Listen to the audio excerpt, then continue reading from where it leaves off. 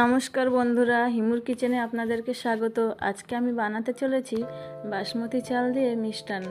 তো এই চালটা কিন্তু আমাদের বাড়ির জমির ধানের চাল। চালটা কিন্তু আমি 400 গ্রামের মতো নিয়েছি। এবার প্রথমে চালটা ভালোভাবে ধুয়ে নেব।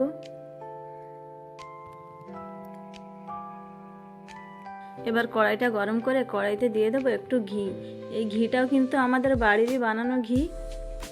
তো ঘিটা আমি একটু বেশি করে দিয়ে কাজুটা ঘিতে ভেজে নেব। কাজু বাদামগুলো কিন্তু আমি একটু লাল লাল করে কড়া সাইজের ভেজেছি। এবার ওই কড়াইতে থাকা ঘিতে ভেজে নেব বাসমতি চাল। চালটা কিন্তু আমি ধুয়েছি, ভিজে চাল। চালটা একদম ঝুরঝুরে হওয়া অবধি আমি ভাজবো। আজকের শ্রাবণ মাসের প্রথম সোমবার, তার জন্যই আমি আজকের এই মিষ্টান্নটা বানাচ্ছি।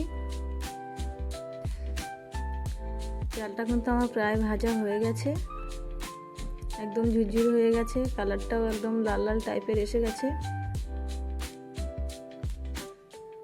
চালটা আমার ভাজা একদম হয়ে গেছে।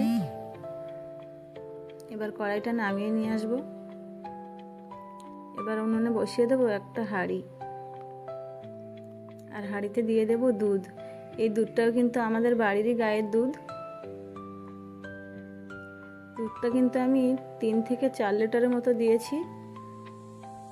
এবার দুধটা ফুটে ওঠা অবধি আমি অপেক্ষা করব। দুধটা ফুটে উঠলেই আমি চালটা দেব। দুধ কিন্তু একদম ফুটে উঠেছে, বেশি ফুটালে আবার উতরে পড়ে যাবে। এবার আমি এতে দিয়ে দেব চাল। চালটা ভেজে রেখেছিলাম, একদম ঝুরঝুরি হয়ে গেছে। এবার চালটা দিয়ে একদম ঘন ঘন নাড়তে হবে, কারণ চালটা না হলে লেগে যাবে, এদিকে দুধটাও উতরিয়ে যাবে। তার জন্য ঘন ঘন নাড়তে হবে। দুধটা ফুটতে ফুটতে আমি একটু বড় এলাচ 4টে নিয়ে থেতো করে নেব।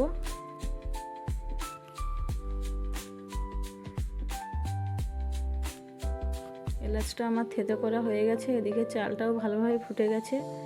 চালটা কিন্তু এখনও ছিঁড়িনি।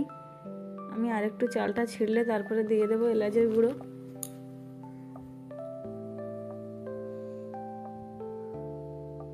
আর এখন কিন্তু খুব বৃষ্টি হচ্ছে, আমি তার জন্য একটু অন্নপূর্ণা পাতাটা আনতে পারিনি, ওইভাবেই রান্নাটা করছি। অন্নপূর্ণা পাতা দিলে আরেকটু পায়েসটা স্মেলটা খুব সুন্দর হয়, কিন্তু আমি বর্ষার জন্য আনতে পারিনি গাছ থেকে উঠিয়ে। এবার কিন্তু চালটা ভালোভাবে ছিঁড়ে গেছে। এবার দিয়ে দেব গুঁড়ো করে রাখা এলাচ। এলাচটা দিয়েও ঘন ঘন নাড়তে থাকবো। চালটা কিন্তু ছিঁড়ে গেছে। কাজুটাও আমি দিয়ে দিয়েছি।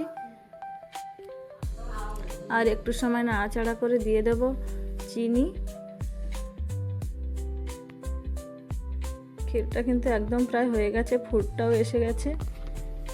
এবার দিয়ে দেব চিনি।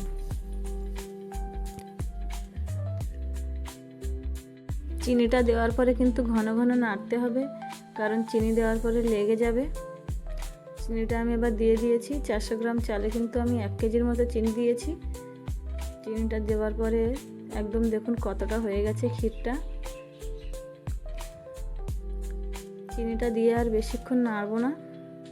চিনিটা দেওয়ার পরে 1 মিনিটের মতো নাড়বো, আর তারপরে নামিয়ে নিয়ে আসবো। চিনিটা দেওয়ার পরে কিন্তু ক্ষীরটা একটু হালকা হয়ে গেছে, তার জন্য 1 মিনিটের মতো নাড়বো।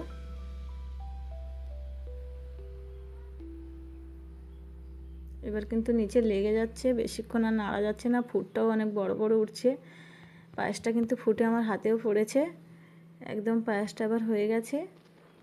আমি ঠাকুর ঘরে প্রসাদের জন্য নিয়ে গেছি, একটা আলাদা পাত্র করে আমি নিয়ে গেছি ঠাকুর ঘরে। এবার আমার ছেলে একটু টেস্ট করবে। ও অনেক ছোট, ও আমি যে সময় পায়েসটা রান্না করছি তখন থেকেই বলছে মা আমাকে একটু দাও, আমি একটু টেস্ট করি। তো এবার আমি ওকে দিচ্ছি, ও খাবে। আজকের ভিডিও কিন্তু এই পর্যন্ত বন্ধুরা। দেখা হবে নেক্সট ভিডিওতে। ততক্ষণ সবাই ভালো থাকবেন। আবার দেখা হবে নেক্সট ভিডিওতে।